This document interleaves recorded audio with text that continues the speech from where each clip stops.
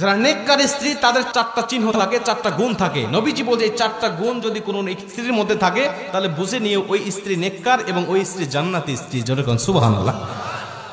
দেখেন তো আপনার স্ত্রীর মধ্যে মেলে কিনা এই চারটা গুণের কয়টা গুণ আপনার স্ত্রীর মধ্যে আছে। মা বোনের আপনারা একটু মিলান নিজের সাথে, যে চারটা চিহ্ন বা চারটা গুণ এর মধ্যে আমার কয়টা আছে আর কয়টা নাই। যেটা নাই সেটা আপনি আমল করার চেষ্টা করেন।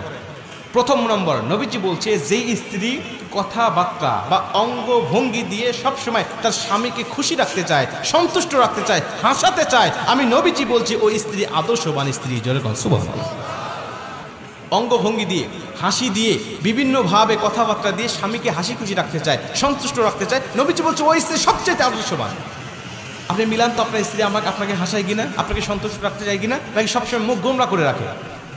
যদি হাসাতে চায় বা আপনাকে সন্তুষ্ট রাখতে চায় বুঝে নিয়ে নবীজির ভাষা অনুযায়ী ওই স্ত্রী আদর্শবান।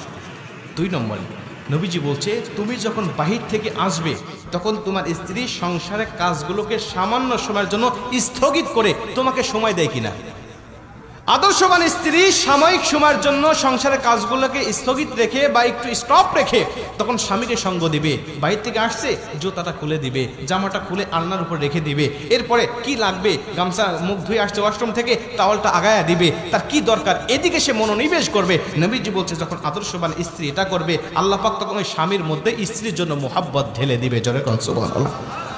পরে 3 নম্বরে নবীজি বলছে যখন স্বামী মানসিকভাবে অশান্তির মধ্যে থাকবে, ব্যবসা বাণিজ্যে লস খাইছে বা কোনো দুর্ঘটনা ঘটছে, কোনো একটা মানসিক ডিপ্রেশনের মধ্যে স্বামী আছে, তখন নেককার স্ত্রী যারা তারা স্বামীর ভুল না ধরে স্বামীকে মানসিকভাবে তাকে বিভিন্ন সাপোর্ট দিতে থাকে, প্রশান্তি দেয় বা সাপোর্ট দিতে থাকে যে আচ্ছা তুমি যেটা করছো সমস্যা নাই, তুমি ব্যবসায় লস খাইছে তো সমস্যা নাই, আল্লাহ আবারও আমাদেরকে আরো ভালো কিছু দিবে।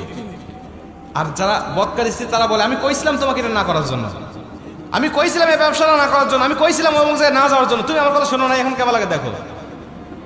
এটা হলো বদকার স্ত্রীর কথা। আর নেককার স্ত্রীর কথা আচ্ছা তুমি যেটা করেছো এটা তো আল্লাহর তরফ থেকে হয়েছে, আল্লাহ তো বলেছেন ওয়ালা সাউফা ইউতিকা রাব্বুকা ফাতারদা, অচিরেই তোমার রব এমন কিছু দিবে যা দেখে তুমি সন্তুষ্ট হয়ে যাবে, অতএব মন খারাপ করো না, আল্লাহ এর থেকে আমাদের জন্য ভালো কিছু রেখে দিয়েছে। যেরকম সুবহানাল্লাহ।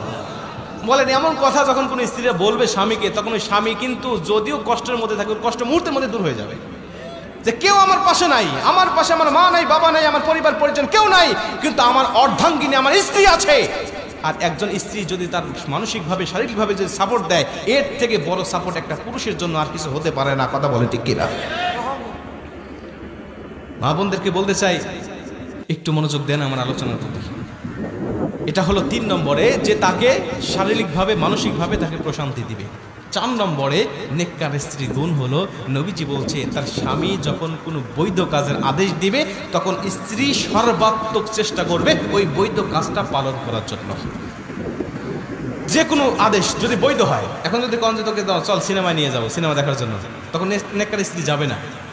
নেককার স্ত্রী যদি আপনার কোনো বন্ধু বান্ধবী আসে আর বলে যে আমার বন্ধু আসছে বাইরে থেকে তোমাকে চা দিতে হবে, তাদের সামনে গিয়ে নেককার স্ত্রী বলবে না আমার যাওয়া যাবে না, কারণ এটা শরীয়তের গণ্ডির মধ্যে থেকে আপনি আমাকে আদেশ করেন নাই, আপনি শরীয়তের বাইরে আদেশ করছেন। আর কোনো পরপুরুষের সামনে আমার যাওয়া ঠিক হবে না। ঠিক হবে? কোনো আদর্শবান পুরুষ কখনো বন্ধুদের কাছে বা পরপুরুষের কাছে তার স্ত্রীকে পাঠাইতে পারে না। কারণ আমি পারতপক্ষে আমি চিন্তা করি আমার স্ত্রীকে কেউ বোরকার উপর দিয়ে দেখলেও আমার হিংসা হয়, আমার স্ত্রীকে কেউ বোরকার উপর দিয়ে যদি একটু নজর করে তাকিয়ে থাকে তারপরে আমার হিংসা হয় যে ও কেন দেখলো এতক্ষণ ধরে, এটা আমার হিংসা হয়। আর আপনি আমার স্ত্রীকে আপনি খোলামেলা করে আপনি পরপুরুষের কাছে দেখান। অনেক যুবক আছে নতুন বিয়ে করার পরে ফেসবুকে ছবি আপলোড না দিলে ওর ঘুমই হয় না, ওর বাসর রাতই হবে না যদি ফেসবুকে আপলোড না দেয়।